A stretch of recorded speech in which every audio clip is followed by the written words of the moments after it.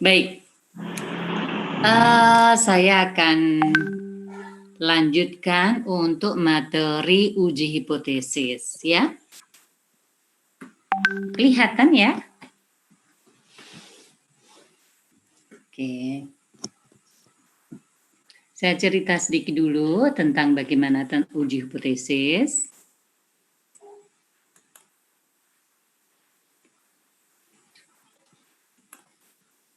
Oke.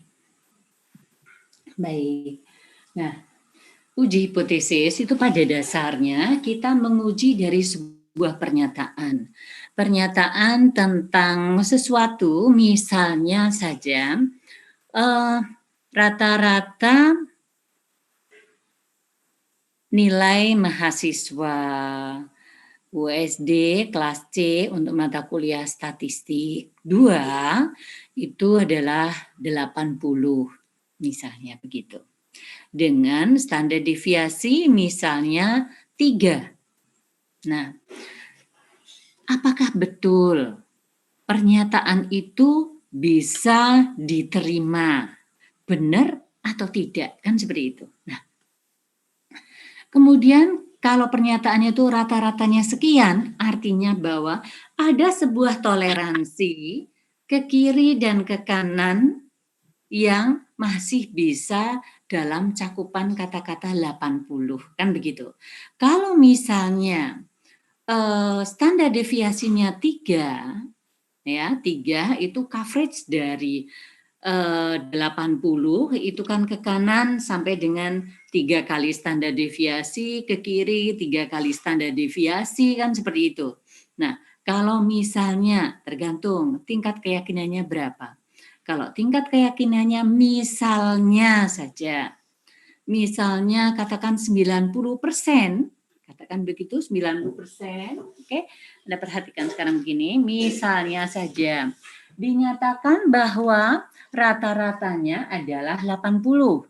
Nah, kalau kita menggunakan confidence level 90%, oke, misalnya confidence levelnya 90%, confidence levelnya adalah misalnya 90%, maka ini mestinya kan yang 90% itu di sini. Nah, ini adalah alfanya. Nah, alfa dibagi 2, berarti di sini 5%, di sini 5%, kan begitu. Nah, kalau di sini tadi 80, oke. Nah, kiri kanannya tuh plus minus berapa dalam cakupan 90 ini. Apabila kok kita itu di dalam mengambil sampel itu kok misalnya ada yang 58, ada yang 97, misalnya seperti itu. Nah, kalau demikian, kemudian kita hitung rata-rata yang didapatkan itu tidak berkisar dari misalnya ini 76, di sini misalnya misalnya 75, katakan begitu, di sini misalnya 85, misalnya 90% ini misal ya. Kan 90% itu berarti di sini berapa ini? Kalau ini 90% berarti ini di sini berapa? 45%. Oke? Nah, kalau pakai tabel Z, 45% itu berarti Z-nya berapa?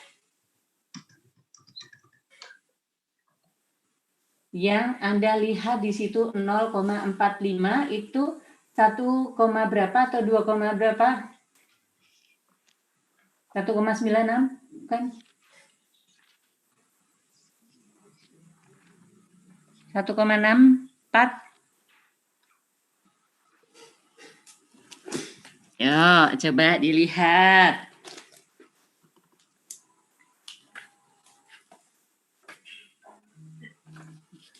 Jelas saya juga nggak hafal mengenai tabel.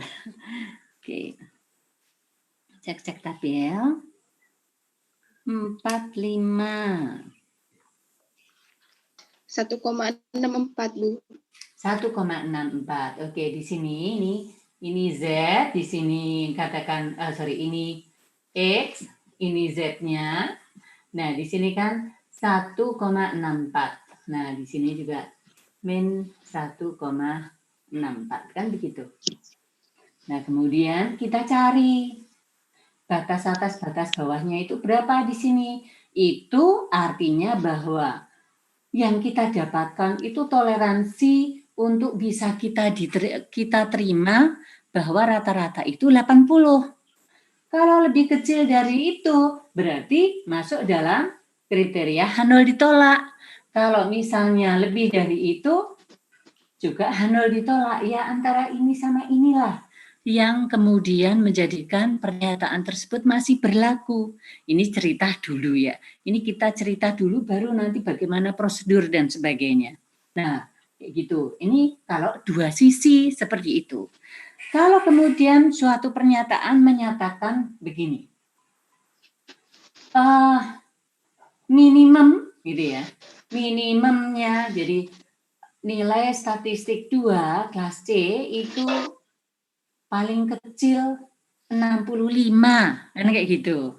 Misalnya paling kecil 65, nanti kan ada gini, H0 sama dengan ya, lebih kecil, sorry. Kalau minimum 65 itu mestinya seperti ini. Nantinya 65, atau bisa ditulis nantinya hanya sama dengan 65 begitu. Tapi dalam arti begini. Oke, jadi H0 itu mesti mengcover sama dengannya. Tergantung sama dengan dalam arti dua sisi atau sama dengan dalam arti satu sisi. Nanti begitu. Baik. Nah, kemudian nanti ada namanya H1 itu berlawanan dari H0-nya yang ditolak. Kan begitu. Nah, kalau misalnya begini, ini nggak pakai sama dengan, sorry. Ini 65, kan seperti itu. Kalau di sini, itu kan H0-nya sama dengan katakan 80, H1-nya ini tidak sama dengan 80, ini berarti dua sisi. Tapi kalau seperti ini, minimum 65, itu artinya satu sisi. Yang ditolak kan kalau kurang dari 65. Oke?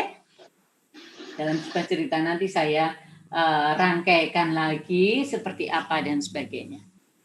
Pengujian hipotesis. Kemudian dalam pengujian hipotesis ini ada kesalahan yang mungkin bisa terjadi. Kesalahan jenis 1 dan kesalahan jenis 2. Kesalahan jenis 1 kan begini. Ada kemungkinannya misalnya kayak gini. Ini misalnya di sini adalah H0 diterima. H0 diterima di mana H0 benar. Nah, ini H0 benar. Kemudian ini alfanya, ini H0 ditolak. Kemudian kalau di sini H1 yang benar, H0 ditolak. Nah, ini begini. Jadi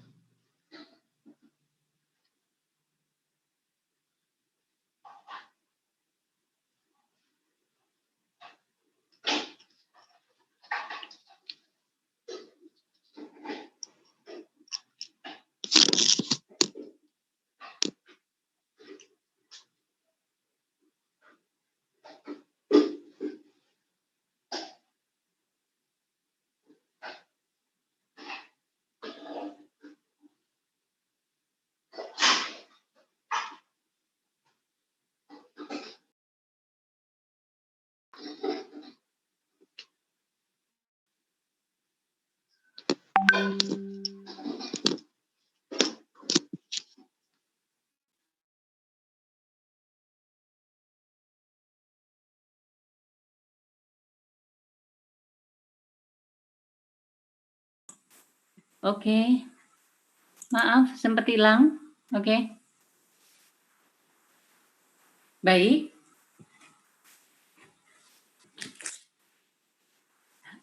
Thank you.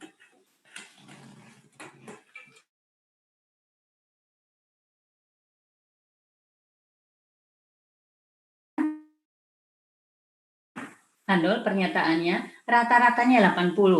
Kemudian H1 itu yang mengcounter pernyataan tersebut. Jadi kalau hanya rata-rata 80, maka di sini H1-nya adalah bukan 80. Bisa mungkin lebih kecil, bisa mungkin lebih besar, di luar toleransi 80. Nah, seperti itu. Kalau yang seperti ini misalnya minimum 65. Minimum 65 itu 65 masih boleh. Ada kalanya di dalam pernyataan ini seperti ini. Ditulisnya. Ini H0 sama dengan 65.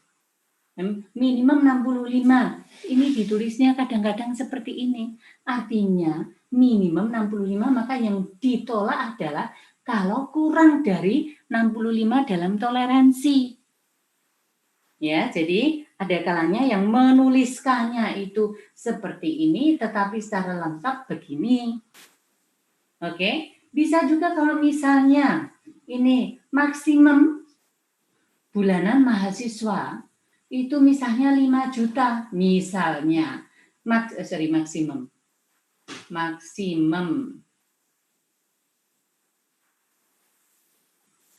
Benar, Bu. Itu besar dari. Sorry, saya yang salah ini ke sini kok. Nah, gini. Saya tadi nyoretnya keliru. Ya, jadi H0 minimum 65 kan begitu. Maka yang di adalah kalau kurang dari 65. Nah, sedangkan kalau H0-nya itu maksimum adalah 5 juta, itu maka di sini maksimum 5 juta itu seperti ini. Ya kan? H1-nya itu bila ternyata lebih dari 5 juta kan seperti itu. Tapi ini pun kadang hanya dituliskan seperti ini. Jadi, Bu, kenapa? Kalau soalnya kayak gitu, membedakan dia dengan yang di bawah kayak mana? Begini, dari pernyataan di dalam soal. Jadi, kalau misalnya minimum 65, maka H0-nya itu Anda boleh kok menuliskan seperti ini.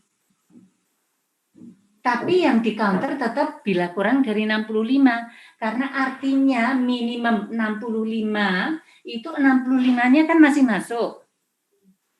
Tapi kalau selengkapnya begini. Oke? Ya, kemudian juga kalau maksimum 5 juta, itu Anda boleh menuliskan begini. Maksimum 5 juta. Tapi sebenarnya artinya adalah begini. Oke? Jadi, ini itu bukan diketahui dari sana, tetapi dalam sebuah soal cerita, Anda kemudian bisa menguraikan sebenarnya yang seperti apa, kan gitu. Nah, ini kuncinya itu adalah di H1-nya sebenarnya. Kalau seperti yang ini adalah dua sisi. Kalau ini satu sisi, ini satu sisi. Oke? Kalau ini alfanya dibagi 2, kalau ini tidak dibagi 2. Oke?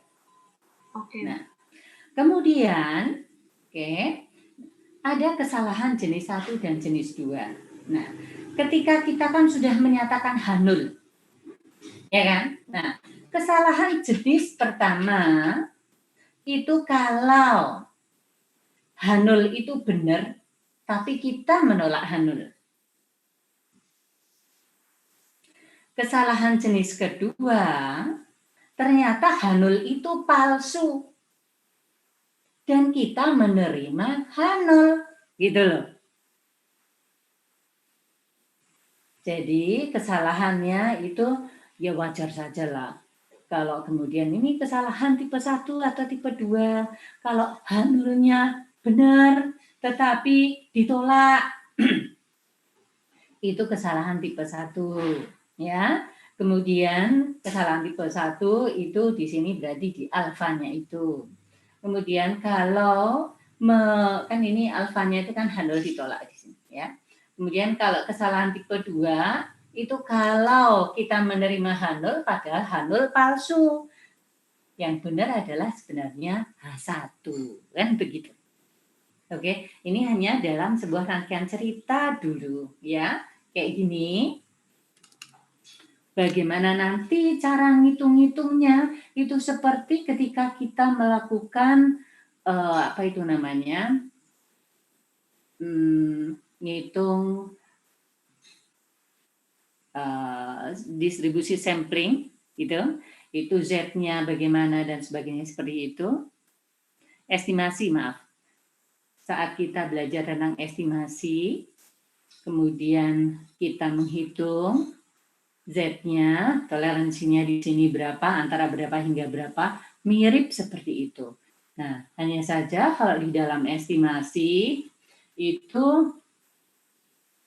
berkisar antara berapa dengan berapa, itu kan mestinya umumnya adalah seperti ini.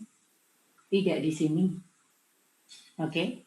Nah, uji hipotesis itu ada yang demikian. Nah, untuk uji hipotesis di mana kita menggunakan tabel Z dan tabel T, itu adalah untuk uji rata-rata, uji proporsi, uji beda rata-rata, uji beda proporsi. Oke, dua proporsi, dua rata-rata. Tetapi kalau misalnya uji proporsinya lebih dari 2, nanti kita pakai chi-square tabelnya. Kalau rata-ratanya lebih dari 2, kita pakai F tabelnya. Kan begitu. Jadi ini hanya untuk 1 dan 2 saja kita menggunakan tabel Z dan tabel T. Oke, baik. Kemudian kita akan tuliskan tentang bagaimana prosedurnya untuk uji rata-rata. Uji hipotesis.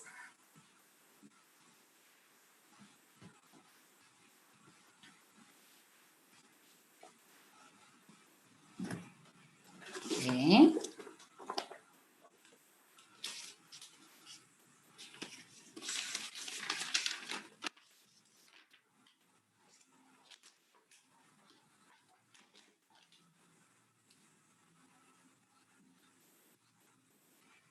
Prosedur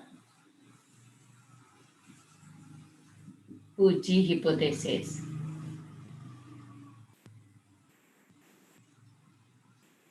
Oke. Yang pertama, nyatakan H0 dan H1.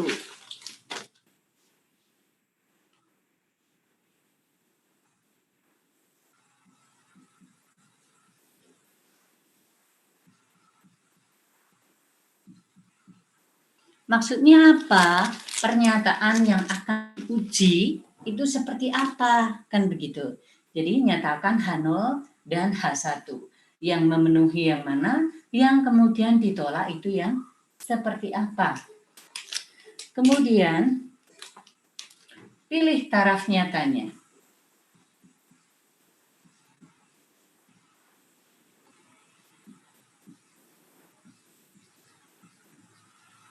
Oke. Atau confidence level ya. Kalau ini significant level intinya. Ini significant level, taraf nyata itu adalah alpha. Confidence level itu 1 min alpha. Oke. Ini taraf nyatanya itu. Kemudian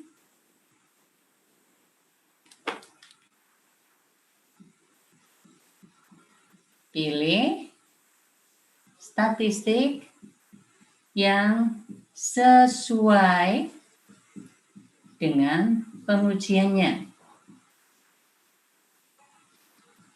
Oke, maksudnya bagaimana? Setelah pilih taraf nyatanya, kemudian pilih statistik yang sesuai dengan pengujian. Kita pakai tabel T atau pakai tabel Z. Atau mungkin yang lainnya. Apakah pakai chi-square, apakah pakai F-test, dan seperti itu.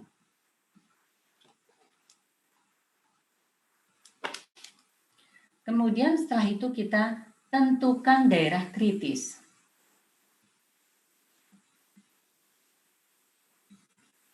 Oke. Kemudian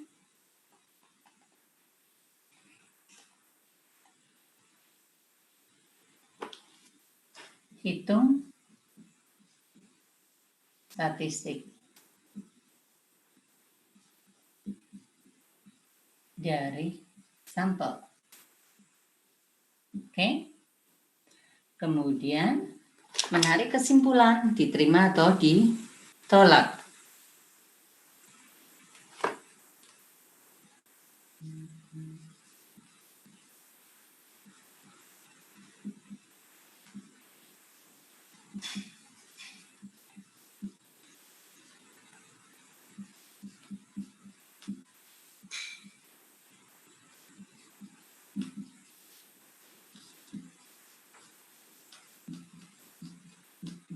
Oke, baik.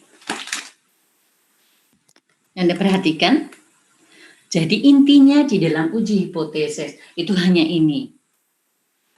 Yang pertama, nyatakan H0 dan H1.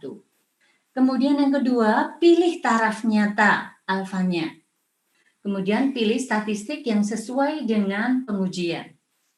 Tentukan daerah kritis. Hitung statistik dari sampel.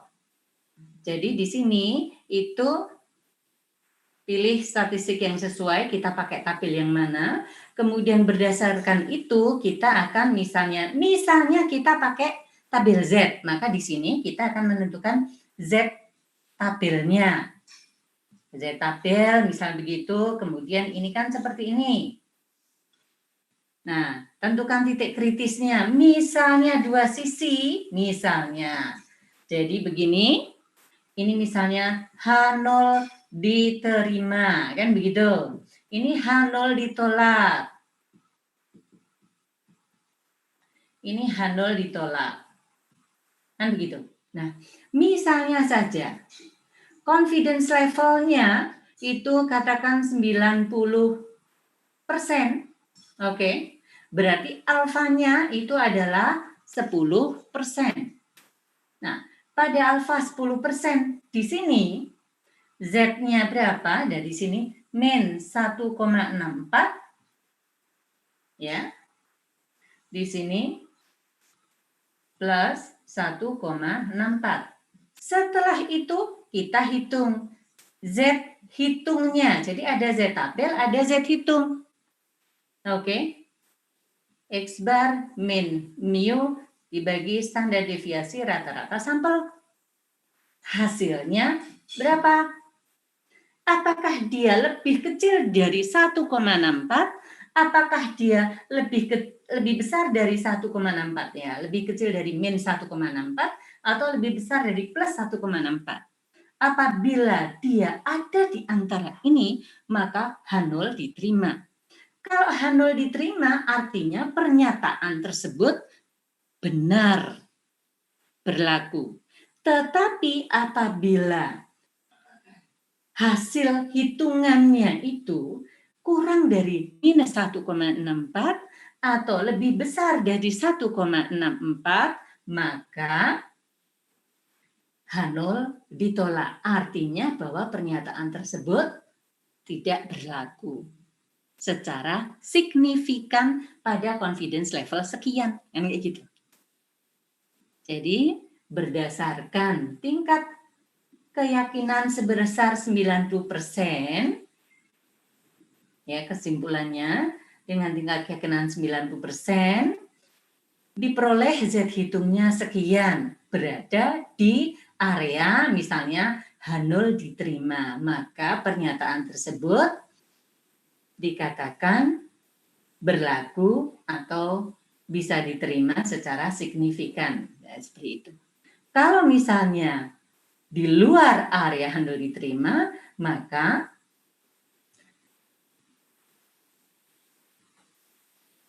H0 apa yang dinyatakan tersebut tidak berlaku secara signifikan berdasarkan pengujian dengan confidence level 90%. Oke. Itu saja sebenarnya. Nah, sekarang biar untuk menguji, kita ambil contoh soal. Anda mau soal yang nomor berapa? Bentar ya. Saya nyari ya, naruhnya gimana sih? Oke. Ya, jelas.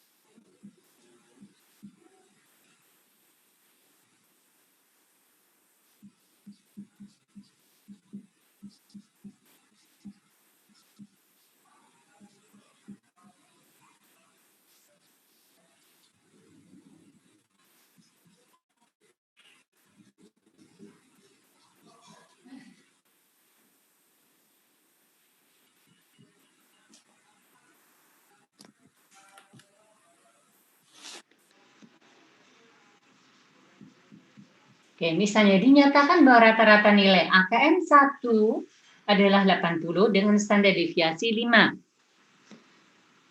Untuk itu,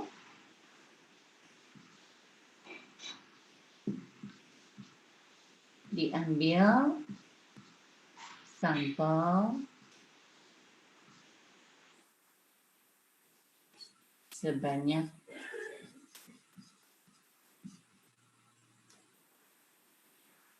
60 mahasiswa peserta mata kuliah AKM 1 dari sampel tersebut diperoleh rata-rata 74.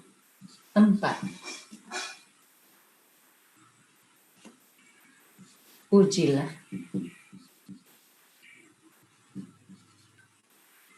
dengan confidence level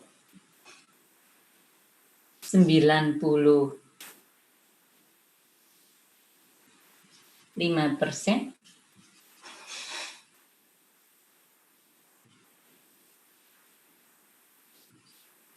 Benarkah pernyataan tersebut? Oke. Nah, dicoba. Anda pasti bisa. Oke. Dinyatakan bahwa rata-rata nilai AKM 1 80 dengan standar deviasi 5. Untuk itu diambil sampel sebanyak 60 mahasiswa peserta mata kuliah AKM 1. Dari sampel tersebut diperoleh rata-rata 74. Ujilah dengan confidence level 95%. Benarkah pernyataan tersebut? Oke. Nah, Anda di sini pertama adalah menyatakan H0 dan H1 dulu. Diketahui dulu, diketahui. Kemudian menyatakan H0-nya apa, H1-nya apa. Kemudian kita pilih taraf nyata. Kalau seperti ini taraf nyatanya berapa?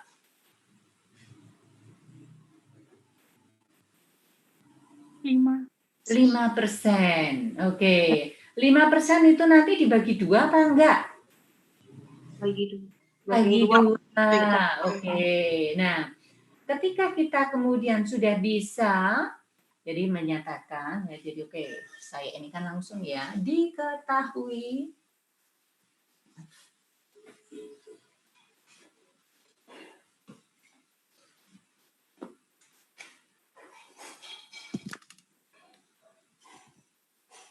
diketahui Oke.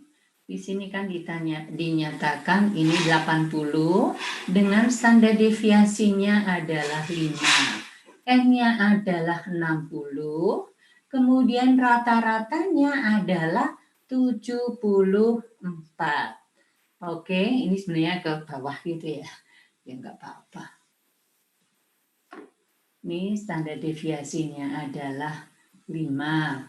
Kemudian rata-rata diketahuinya 74, N-nya sama dengan 60. Oke, confidence levelnya adalah 95%. Oke. Uji pernyataan. Oke. Ya, oke. H0, ini pertama, kan kita menyatakan H0, ya. Ini mu sama dengan 80. Kan di sini tadi tidak dinyatakan minimum 80 atau maksimum 80, tapi 80, berarti ini dua sisi. Maka H alternatif atau H1 yang mengcounter pernyataan yang pertama, maka mu ini tidak sama dengan 80. Oke? Kemudian, kalau confidence levelnya itu adalah 95%, maka di sini alfanya adalah 5%. Nah, ini kan seperti ini sebenarnya. Nih, 95%. Nah, di sini ini kan 2,5%. Ini 2,5%. Oke? Kan begitu. Tentukan daerah kritis. Oke, sekarang sebelum kita melihat ini kita pakai apa pengujiannya. Nah, di sini N-nya itu adalah 60. Jadi pakai tabel yang mana? Z apa T? Z. Z, oke, Z. Z 2,5%, ya. Ini berarti di sini kalau Z-nya ini berarti plus minus berapa? Alfa per 2. Berapa berarti?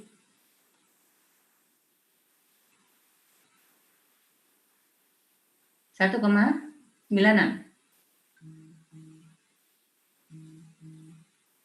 Kalau di sini 2,5, maka di sini berapa? 0,475. Berarti berapa? 1,96.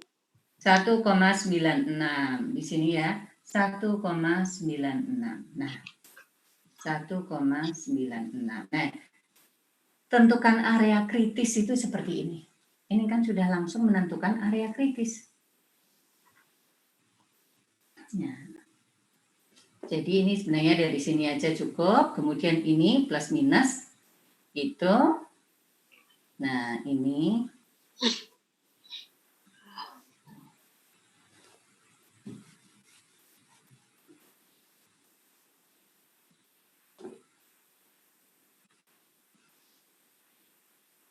oke. Nah, ini kan ini adalah 90%, 95%. Oke. Ini H0 diterima. Nah, ini adalah min 1,96. Ini plus 1,96. Oke.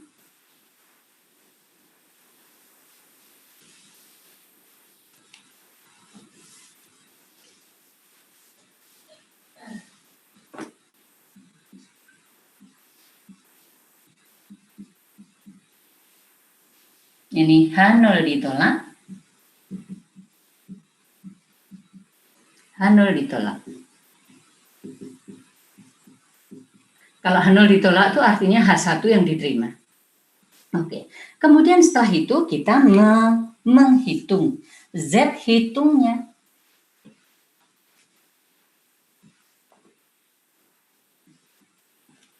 Z hitung X bar min mu dibagi standar deviasi rata-rata sampel. X barnya ini kan X bar min mu dibagi akar N kan gitu. Mudah-mudahan masih ingat ya. Oke, dari sini maka 74 dikurangi 80 dibagi standar deviasinya 5 bagi akar 60. Berapa? Terus dulu.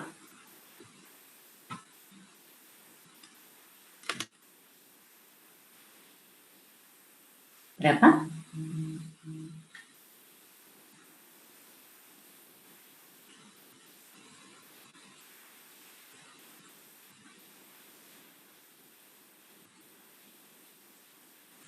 Min 6 dibagi berapa?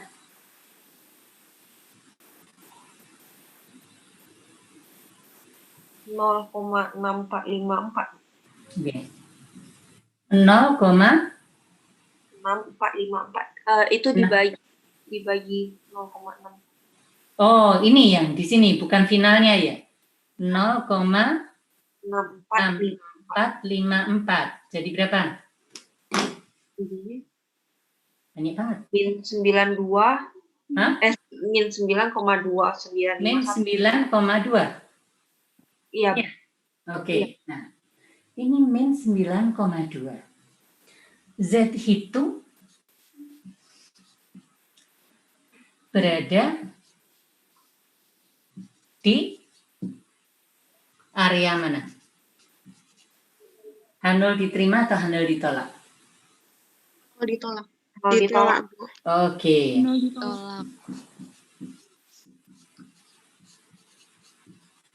Sehingga dengan confidence level 95%, pernyataan di atas tidak benar atau tidak berlaku.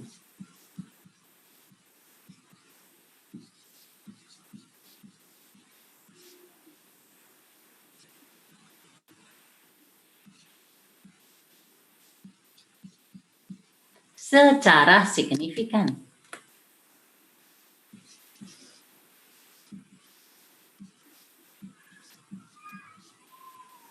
Oke. Oke, seperti itu. Gampang ya.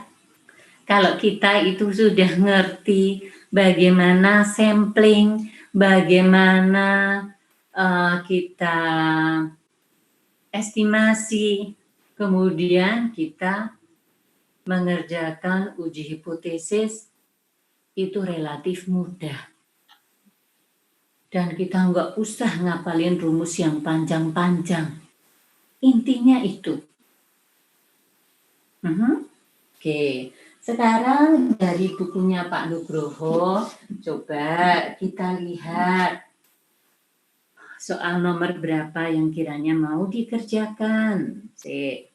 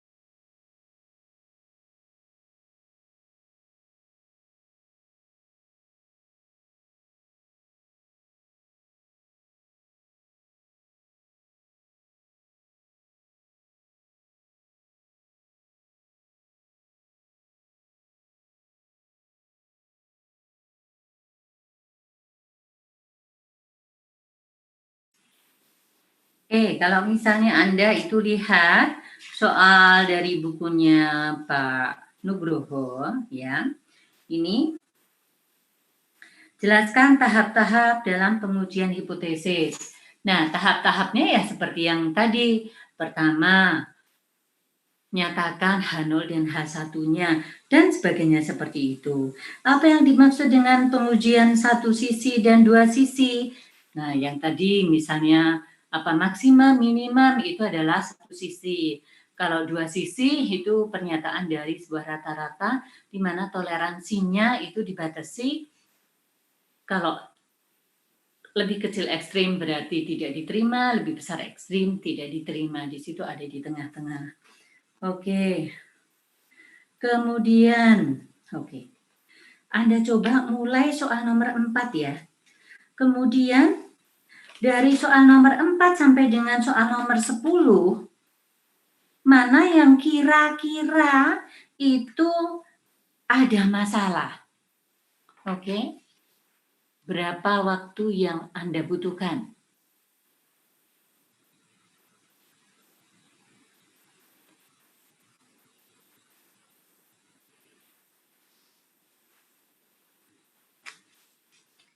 Sayang, boleh gimana?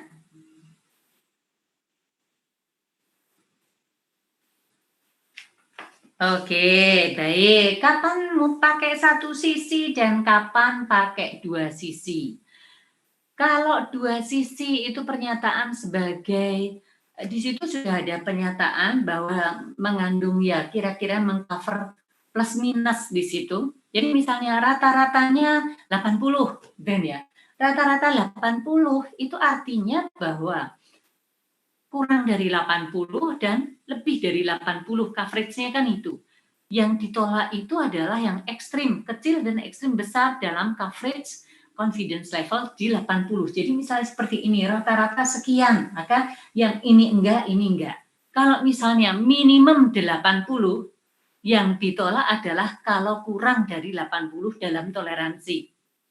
Jadi kalau kurang dari 80 itu yang ditolak. Kan begitu. Kalau misalnya kurang dari 80 tapi kok 79,8 kok masih diterima, itu mungkin itu masih dalam kriteria 80, bisa dikatakan itu 80 kan gitu ya. Seperti itu. Jadi yang ditolak satu sisi. Oke, untuk contoh satu sisi, dua sisi, satu sisi, dua sisi, coba kita cermati satu-satu. 4, ini soal 4. Suatu perusahaan perakitan pesawat televisi menyatakan bahwa produk-produknya mempunyai mutu prima dengan daya tahan 10.000 jam.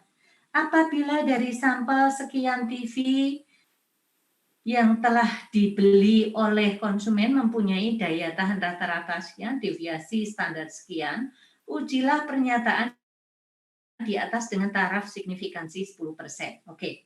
Anda perhatikan, itu pakai satu sisi atau dua sisi? Dua sisi. Dua sisi, Iya, Bu. oke. Yang ini tadi yang tanya siapa? Mateos. Oke, Mateos ya. Jadi kalau itu misalnya soal nomor 4 itu kan kelihatan dua sisi, Anda perhatikan. Jadi ini nanti diketahuinya, oke. Ini kan, nih diketahui kan begitu. Oke, ini diketahuinya, oke, udah nih. Anda langsung ya, rata-rata tahan 10 jam, berarti ini kan 10.000 jam. Oke, nah di sini tidak 10.000. Nah, utamanya itu pengujian satu sisi atau dua sisi itu di H1. Ya, Anda perhatikan di penjelasan uji hipotesis di bukunya Pak Nugroho halaman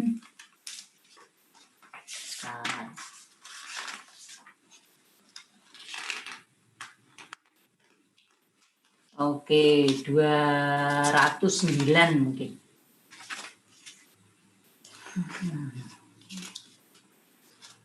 Saya kurangi ini ya. Oke, ini aja langsung. Jadi kalau misalnya rata-rata sekian, itu saja. Tidak minimum, tidak ada mengandung paling sedikit atau paling banyak, maka H1-nya itu akan selalu seperti ini. Kalau misalnya pernyataannya paling sedikit 10.000 atau minimum 10.000, Anda bisa menyatakan mu sama dengan 10.000 tetap. Tetapi H1-nya itu mu-nya kalau minimum 10.000, maka yang ditolak adalah kalau lebih dari 10.000. Karena ini sebenarnya minimum 10.000. Minimum 10.000, maaf.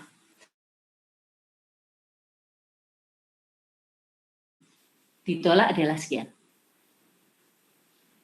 Oke? Tapi kalau maksimum 10.000, itu Anda juga bisa menggunakan seperti ini. Kalau maksimum, maka yang ditolak adalah bila kurang dari 10.000. Maksimum. Bila lebih dari 10.000. Nah, jadi kalau maksimum 10.000 itu kalau begini. Oke? Nah, kalau dalam soal nomor 4, itu kan rata-rata 10.000. Ini ya sekian. Kemudian, apalagi? Contoh 100 buah. Oke. N-nya adalah 100 ya. N-nya 100. Confidence levelnya, taraf signifikansi 10%. Taraf signifikansinya 10%, maka di sini kan 90% ya. Oke? Oke, standar deviasinya. Oke, maaf. Oke, ini N-nya 100, kemudian rata-rata diketahui adalah 9900 dengan standar deviasi berapa ini? 1000 jam. Oke? Kalau tidak diketahui standar deviasi populasi, maka kita menggunakan standar deviasi sampel, kan begitu. Oke, ini seperti ini. Kemudian kita lihat ini satu sisi atau dua sisi. Nah, kan ini seperti ini berarti dua sisi. Oke? Nah, di sini Z tabel. Kan ini 100 berarti kita pakai Z ya. Oke, nah Z tabel. Untuk ini 100, saya pakai Z tabel. Confidence levelnya sekian, ini 10, ini kan dua sisi. Nih, sekarang seperti ini kan jadi dua sisi. Z tabel sama dengan 1,64. 1,64 plus minus. Kan gini. Nah, titik kritisnya sekalian. Nah, di sini 1,64 minus, sini 1,64 plus.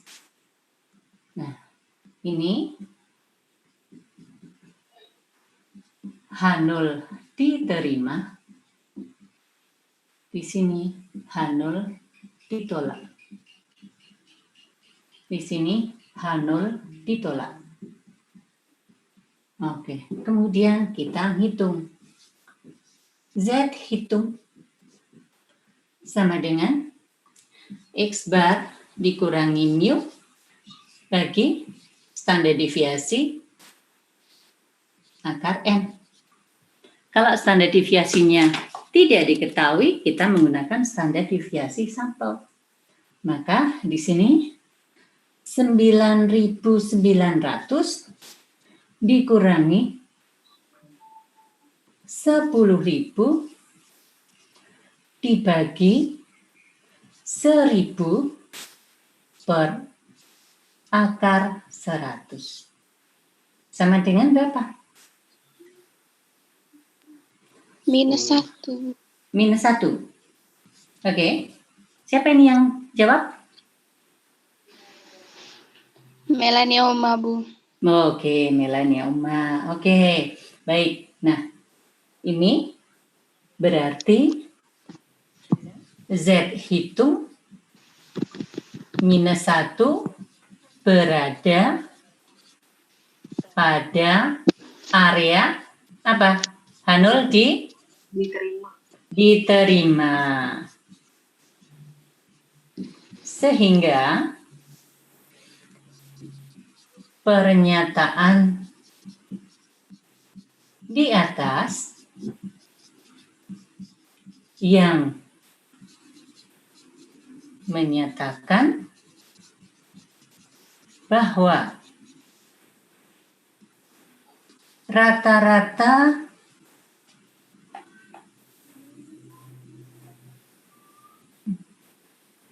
daya tahan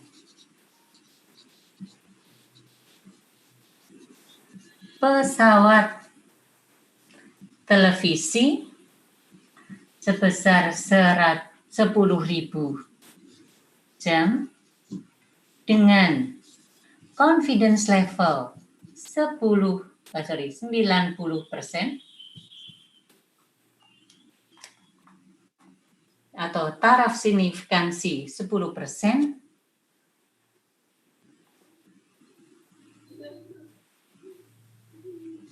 benar secara signifikan.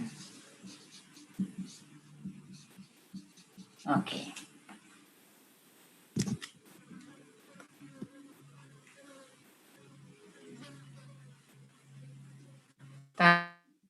Si 10% itu alfa sama. Gitu.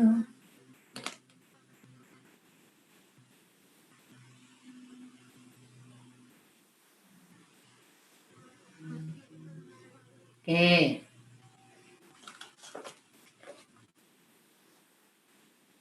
Kemudian Departemen Perdagangan menyatakan bahwa pedagang kaki lima memperoleh pendapatan setiap hari 100.000 apabila dari sampel 9 pedagang kaki lima diperoleh data sebagai berikut. Dengan taraf signifikansi 5%, ujilah pernyataan Departemen Perdagangan tersebut. Nah, Anda perhatikan. M-nya berapa? 9. Berarti pakai tabel apa? Iya, sip. Berarti pakai T. Oke. Kemudian Anda ngitung standar deviasi dan rata-ratanya dari data yang diberikan di situ. Ya. Jadi rata-ratanya berapa? Nah, standar deviasinya Anda menggunakan rumus standar deviasi sampel karena ini kan sampel. Standar deviasi sampel ya. Di sini. Ini saya mau nyari yang longgar-longgar. Ya, gini ya. Kalau standar deviasi populasi itu kan seperti ini. Sigma XI min mu kuadrat dibagi N. Kan begini. Tapi kalau sampel ini sigma XI min X bar dikuadratkan dibagi N minus 1. Oke. Mudah-mudahan masih ingat. Oke. Kemudian coba dikerjakan. Nah, di sini yang berikutnya yang nomor 6. Oke, sebentar. Oh, yang nomor 5, 2 sisi apa 1 sisi?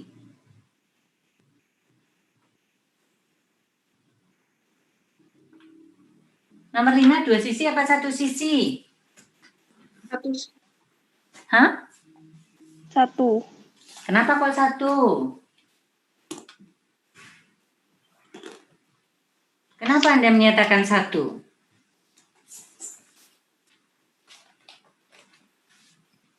Departemen Perdagangan menyatakan bahwa pedagang kaki lima memperoleh pendapatan setiap hari 100.000. 1 atau 2? 2 sisi.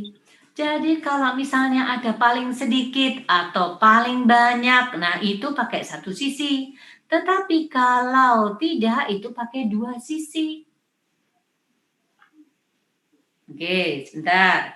Soal nomor 6. Bila penelitian ekonomi menyatakan bahwa persentase keuntungan rata-rata pedagang kaki lima di Jalan Malioboro dan Jalan Solo tidak berbeda. Oke. Untuk membuktikan pernyataan tersebut, pilih 9 sampel secara acak nih. Oke. Jadi kalau seperti ini, misal ya, yang di sini, ini maka H0-nya itu, ini sekilas langsung saya ke sini. H0-nya itu mu1 sama dengan mu2. Oke. H1-nya mu1 tidak sama dengan mu2. Kan begitu. Ya. Lain-lainnya sama. Kayak beda rata-rata biasa. Oke? Kalau di situ hanya berbeda atau tidak, itu aja. Tapi kalau perbedaannya itu minimum sekian, nah itu beda lagi. Oke?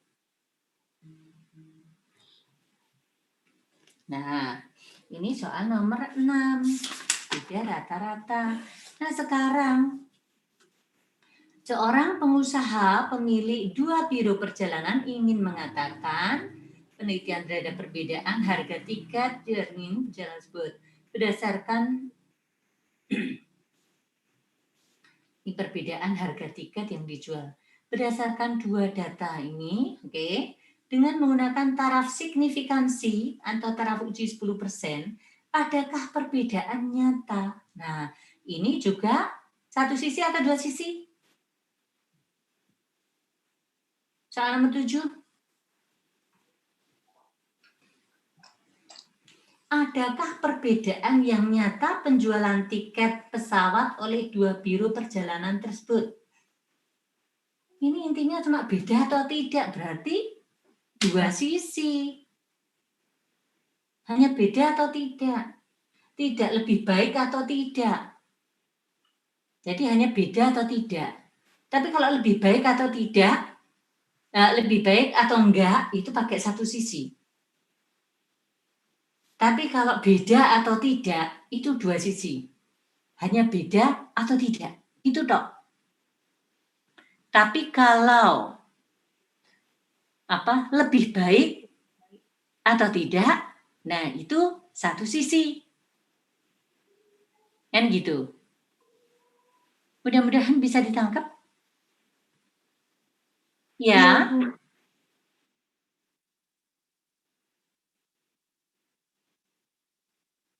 Dua, iya. Jadi kalau di situ nampak ada perbedaan yang signifikan di dalam pernyataan, lebih baik misalnya kita pakai metode A, itu metode lama itu adalah A. Kemudian kita mengembangkan dengan metode B. Harapannya itu kan metode B lebih baik. Kan bisa jadi seperti itu. Kalau misalnya, apakah ada perbedaan metode A dan B, kayak gitu kan ya, itu 2 sisi. Tapi kalau misalnya ada upgrade, misalnya kan seperti itu. Jadi misalnya dilakukan treatment yang berbeda untuk meningkatkan, kan kayak gitu. Kalau ternyata tidak meningkat, jadi ya sama atau tidak meningkat, itu berarti ya di situ 1 sisi. Oke, kita lihat yang soal nomor 8 coba ya. Seorang dosen ingin menggunakan metode baru dalam proses belajar mengajar. Metode lama hanya sekedar pemberian kuliah, dan metode baru berupa instruksi agar mahasiswa lebih banyak berpartisipasi. Guna membandingkan kedua metode dilakukan pemecahan kelas. Ini yang ini. Dan mengatakan adakah perbedaan? Oke. Kalau ini juga metode baru dan metode lama. Ini sebenarnya bisa disikapi dari dua hal. Dua point of view gitu ya, dua nih. Jadi kita hanya membedakan misalnya beda atau tidak gitu ya. Yang kedua, metode baru katakan ya. Jadi misalnya metode baru itu sebagai yang kedua. Jadi kita sebenarnya di sini itu bisa di dua macam kita melihatnya. Di mana handolnya yang pertama itu adalah mu1 sama dengan mu2, itu artinya hanya beda atau tidak beda. Kan gitu. Beda atau tidak beda. Ini tidak peduli lebih baik atau lebih buruk. Oke? Paham ya? Paham. Kalau seperti itu. Tetapi kalau harapannya itu adalah lebih baik, misalnya begitu. Nah, kita akan bisa sebenarnya itu kayak gini. Di mana H0 itu misalnya mu2 ini lebih besar dari mu1. Atau mu2 dikurangi mu1 lebih besar dari 0. Atau lebih besar sama dengan 0 kan gini. Nah, di sini H1-nya maka mu1 lebih besar dari mu2 kan begitu, atau kurang kan ini. Nah, kalau kita mengujinya seperti ini, apabila H0 diterima, itu artinya bahwa metode baru itu sama atau lebih baik. Bila itu ditolak, maka metode 1 lebih baik, kan gitu. Kalau itu ditolak, berarti nggak perlu metode baru itu. Tapi kalau di yang tadi, mu1 sama dengan mu2 ini hanya menunjukkan beda atau tidak. Perkara lebih baik ataupun perkara lebih buruk itu tidak jadi masalah, kan gitu. Tapi kalau ini itu sudah menunjukkan kalau H0 diterima berarti sama atau lebih baik. Kalau H1 yang diterima berarti metode baru itu tidak perlu dilakukan karena tidak lebih baik dari metode 1. Bisa memahami itu? Ibu, Ya. kalau misalnya kayak soal tadi dia ada bilang beda sama lebih baik atau tidaknya. Misalnya dia ada 2 uji hipotesis, itu harus dibuat dua-duanya atau satu aja, tergantung dari bagaimana Anda mensikapinya. Sehingga saya di dalam membuat kunci itu tidak mutlak. Paham? Jadi saya akan melihat bagaimana seseorang itu karena begini. Soal beda lagi mungkin kalau saya yang membuat itu saya akan berusaha untuk mengarah kepada satu jawaban. Oke? Tetapi bisa jadi kalau kayak soal nomor 8 ini saya bisa melihat dari dua sisi yang berbeda. Bisa uji satu sisi, bisa uji dua sisi. Paham? paham? Oke. Nah, oleh karena itu, umumnya saya tidak mau membuat soal. Artinya apa? Saya kepingin anak-anak saya itu mengerti. Siapapun yang bikin soal, kalau mengerti, pasti bisa mengerjakan dengan baik. Oke? Ada kalanya ya saya hanya sedikit urun soal sebagai wacana kadang-kadang seperti itu, tetapi ada kalanya semuanya saya lepaskan dalam artian bahwa siapapun yang bikin soal, anak-anakku pasti bisa menjawab dengan baik. Gitu. Kalau ngerti. Agar tidak hanya menghafal bentuk-bentuk soal. Karena ada hal yang bisa dilihat dari dua sisi. Itu menurut saya. Sehingga tidaklah bijak kalau misalnya pengajar itu ya harus ini. Loh kan bisa begini. Kita harus terbuka. Menurut saya sih begitu. Oke? Jadi kalau misalnya seperti ini, dengan menggunakan taraf signifikansi perbedaan, adakah perbedaan ini, gitu ya? Dua metode pengajaran tersebut, misal begitu. Ini sebenarnya kalau hanya begini, adakah perbedaan?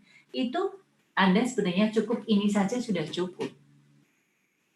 Tetapi apabila Anda itu mengacu pada metode baru dalam proses belajar mengajar, bahwa Anda itu berpikir bahwa oh ini lebih baik daripada yang itu, maka Anda menggunakan seperti ini, itu saya juga akan bisa terima gitu loh.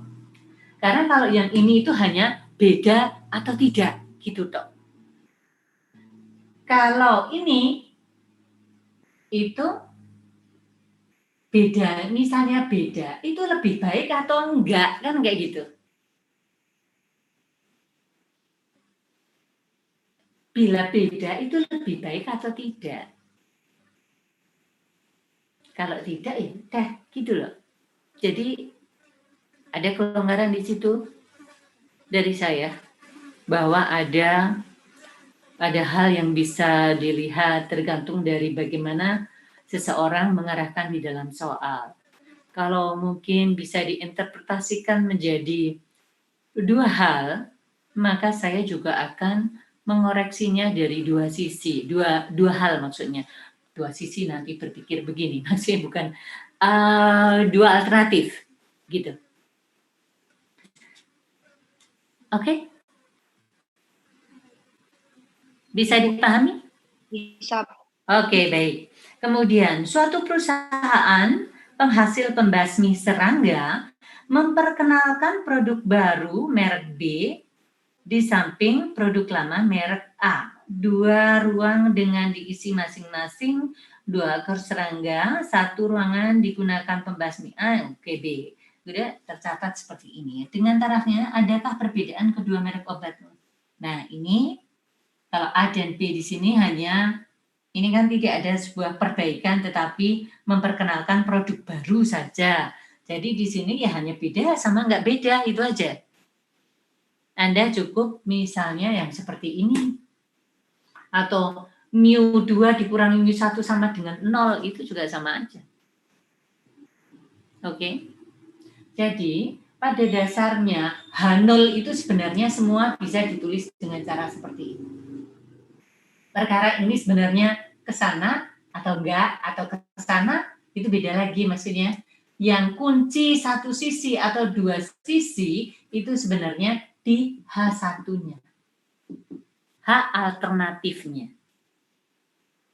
Oke. Kalau H0 itu Anda nuliskan sama dengan itu mesti benar. Karena sama dengan itu di cover oleh H0-nya.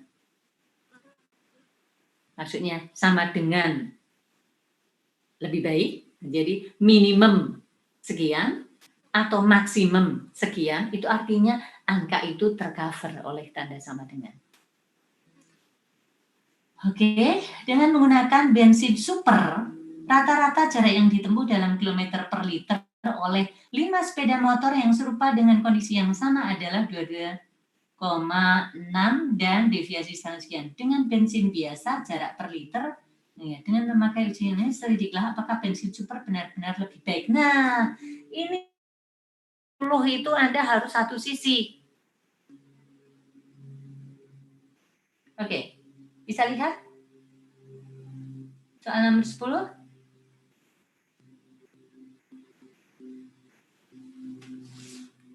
Ya, dengan menggunakan bensin super rata-rata jarak yang ditempuh dalam kilometer per liter oleh 5 sepeda motor yang serupa dengan kondisi yang sama adalah 22,6 km ya. Dan deviasi standarnya 0,48 km.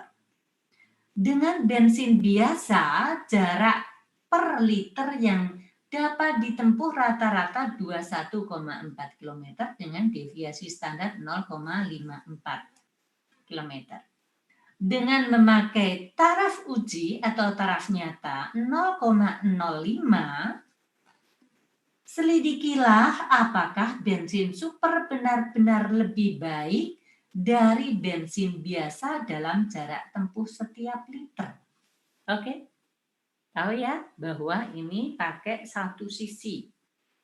Bensin supernya itu Anda boleh menggunakan sebagai kedua atau sebagai pertama, tapi konsisten. Oke? Bu, Ya. saya mau tanya mengenai yang nomor 8, itu kan dengan menggunakan taraf signifikasi, tapi nggak ada persenannya, itu bisa dihitung ya, Bu? Dengan taraf signifikansi 5%. Ini? Oh, ada ya? Sorry. Nomor 8 kok ya? Ya, nomor 8. Ya, oke. Dengan taraf nyata. Oke, Anda boleh kasih berapa aja deh. Iya, ini Berarti cacat. harus emang ada ya, Bu? Harus ada persenannya. Lah gimana kita akan menentukan ininya? Ya kan? Karena di situ kan harus ada. Terima kasih. Karena ya saya hanya Oke, terima kasih. Sekilas kayak gitu.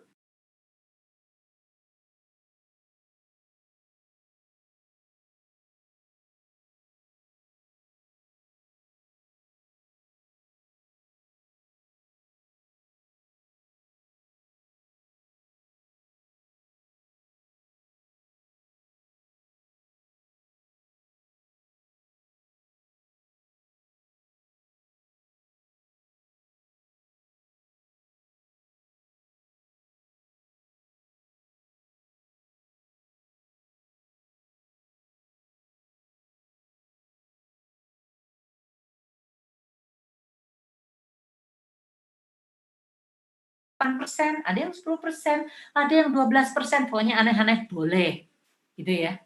Saya akan mengikuti, jawaban saya juga akan mengikuti asumsi Anda. Oke?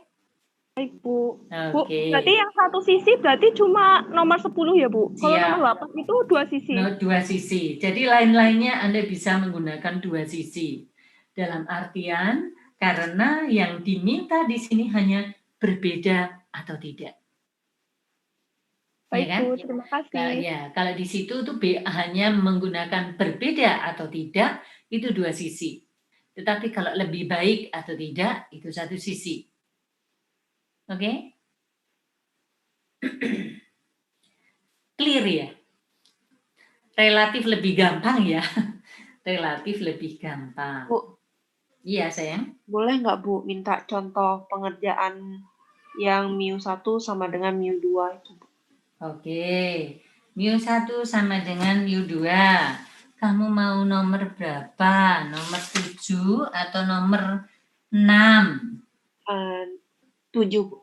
Nomor 7. Oke, soal nomor 7. Yuk, kita kerjakan bareng-bareng.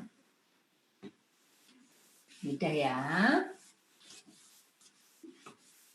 Yang hitung Anda ya, saya nggak ngadep kalkulator. Ada kalkulatornya, tapi di tas kayaknya. Oke, Anda yang hitung, saya yang ini kan. Mudah-mudahan, kalau ini sudah.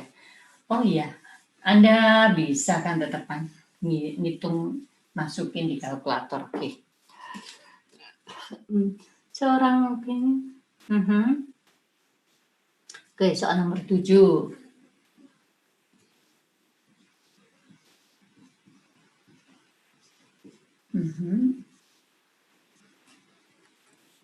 Ini diketahuinya di sini.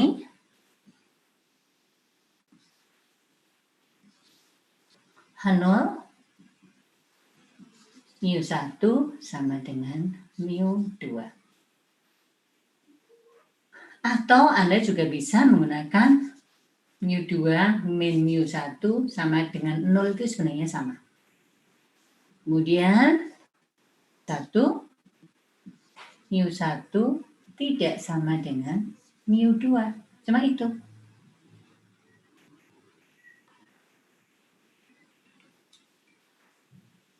Kemudian N-nya itu kan 36 ya.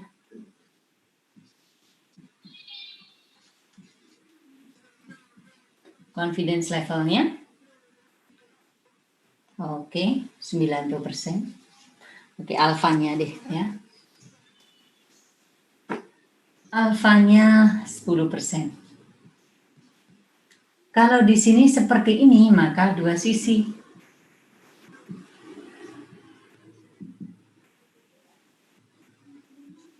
Tabel Z.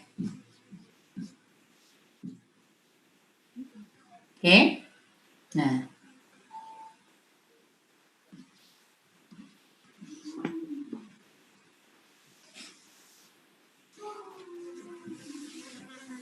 Oke. Z alfa per 2. Berapa kalau seperti ini? Ini kan berarti 5%. Plus minus 1,64. Iya.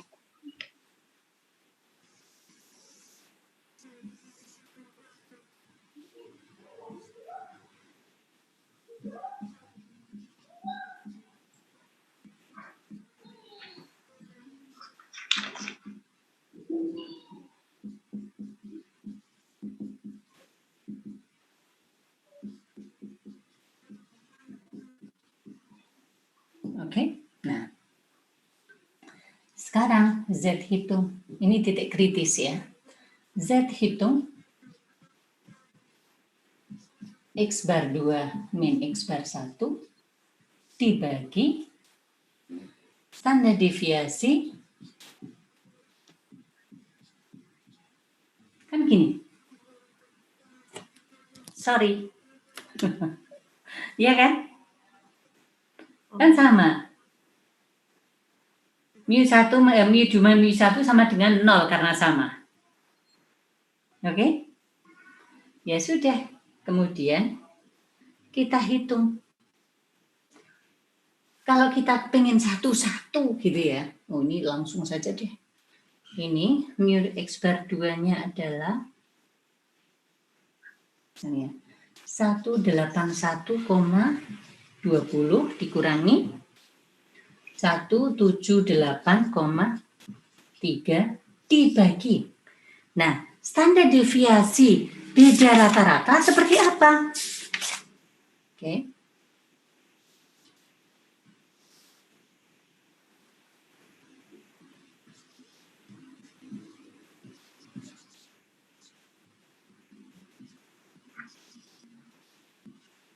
Ya.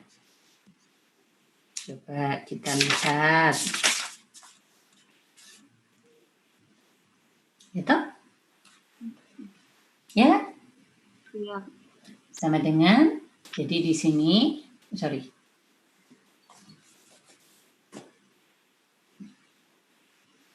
Itu 181,2 dikurangi 178,3 dibagi akar. Ini yang diketahui di sini deviasi 40 ya. 40,1 dikuadratkan dibagi 36 ditambah 39,9 dibagi ini kuadrat bagi 36 sama dengan berapa? Nah, hasilnya ini kita bandingkan dengan yang ya, jadi ini hasilnya berapa? Kita bandingkan di sini. Dia di H0 diterima atau H0 ditolak? Mungkin ada. Cuma gitu, Bu. Iya. Oke. Jadi gampang ya.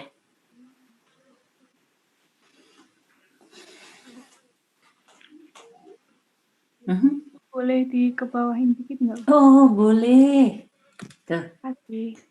iya. Berapa dapatnya? 0,03262. Berapa? 0,03262. 262. Ini sudah final ya? Iya. Oke, jadi handle diterima. Tidak ada perbedaan secara signifikan. Kesimpulan, tidak ada perbedaan secara signifikan.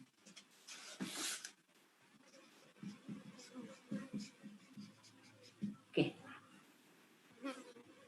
Gitu toh, iya.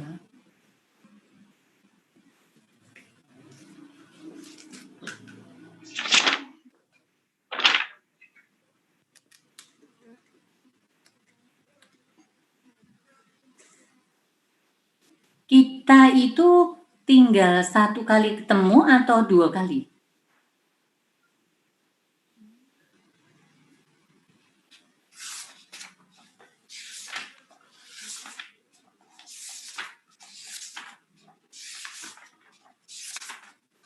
Oke. Pada dasarnya nanti kalau kita uji hipotesis misalnya lebih dari 3 proporsi, lebih dari 2 proporsi, kemudian uji apa itu goodness of fit ya. Nanti kemudian habis ini kita chi-square, maksudnya pakai tabel chi-square tentang pengujian goodness of it dari teori dan realita. Jadi harapan dan observasinya itu seperti apa.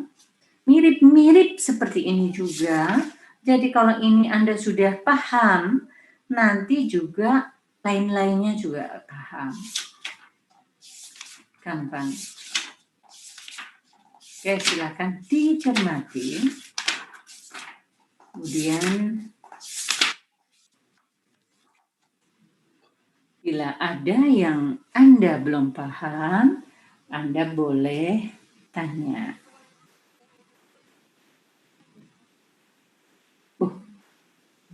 Saya Ibu, dalam ya sayang.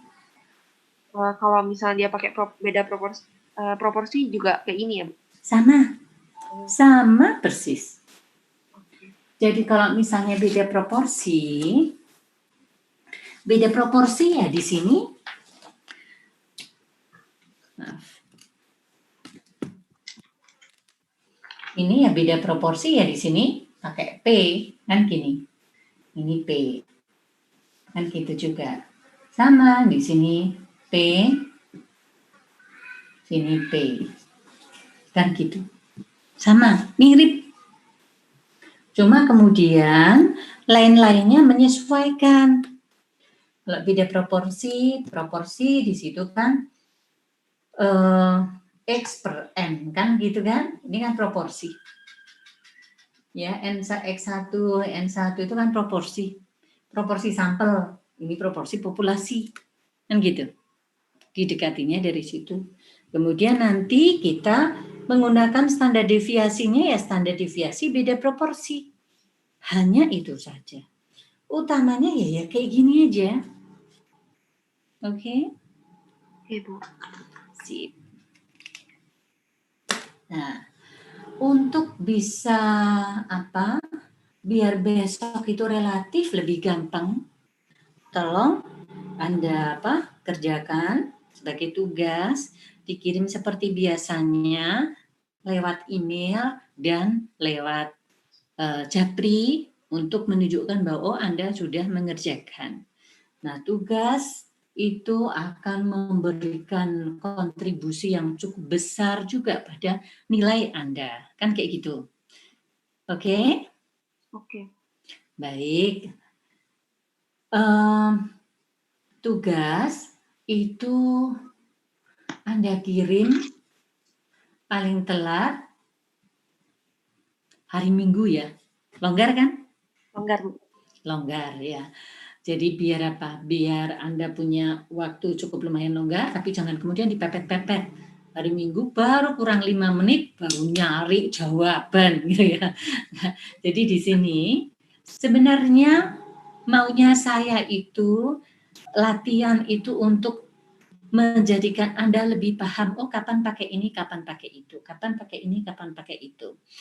Masalah Anda kemudian mencari jawaban dari teman dan sebagainya, itu buat saya juga itu sesuatu hal yang tidak bisa dihindari dan nggak masalah lah. Yang penting pokoknya Anda itu berusaha untuk paham kenapa angka ini bisa muncul di sini, ini dari mana dan sebagainya, Anda paham betul itu. Oke? No problem. Ya. Jadi nanti Anda kumpulkan batasnya hari Minggu biar saya bisa memberikan tanda Anda sudah mengumpulkan tugas-tugasnya. Seperti itu? Oke? Iya, Oke, Bu. Bu. Oke, Baik, Bu. baik. Semoga yang sekarang ini Anda bisa uji hipotesisnya sudah bisa diterima dengan baik. Kemudian minggu depan, mudah-mudahan masih ya, minggu depan itu langsung saya akan chi-square sama F-test. Oke? Chi-square sama F-test. Jadi chi-square-nya itu relatif saya akan lebih singkat, hanya poin-poinnya bagaimana membedakan itu saja. Hanya saja mengenai diterima ditolak itu kan relatif sama. Jadi H0-nya apa, H1-nya apa, itu prosedurnya sama. Oke? Jadi hanya pakai tabel chi-square dan pakai tabel F. F itu ANOVA relatif agak lebih jelimet sedikit, tetapi nggak masalah. Oke? Oke. Semoga semua. Iya sayang. Saya mau tanya itu apa namanya soalnya itu yang dari Soal buku yang cetak dari apa? bukunya, buku ini aja. Berarti Bukunya Pak. ngerjain lagi dari nomor 1 sampai nomor 10. Jangan deh, kakean Mbak Yung. ini juga menjadikan saya lebih repot lagi gitu ya. Bentar, yang mana ya? Oke, yang soal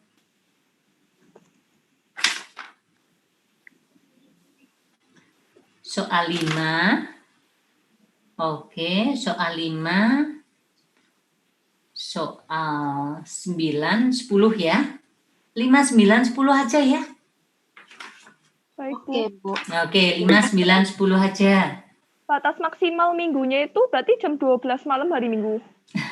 Iya, tapi ya jangan jam 12 malam tuh. Enggak, maksudnya tanya Jam 12 batasnya. siang aja deh ya.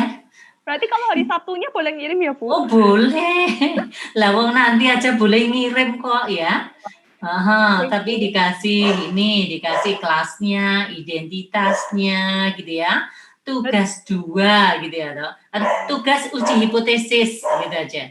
Tugas uji hipotesis gitu ya, ininya ya. Baik, Bu. Ininya uji hipotesis Baik, itu Bu. 5, 9, 10 itu saja.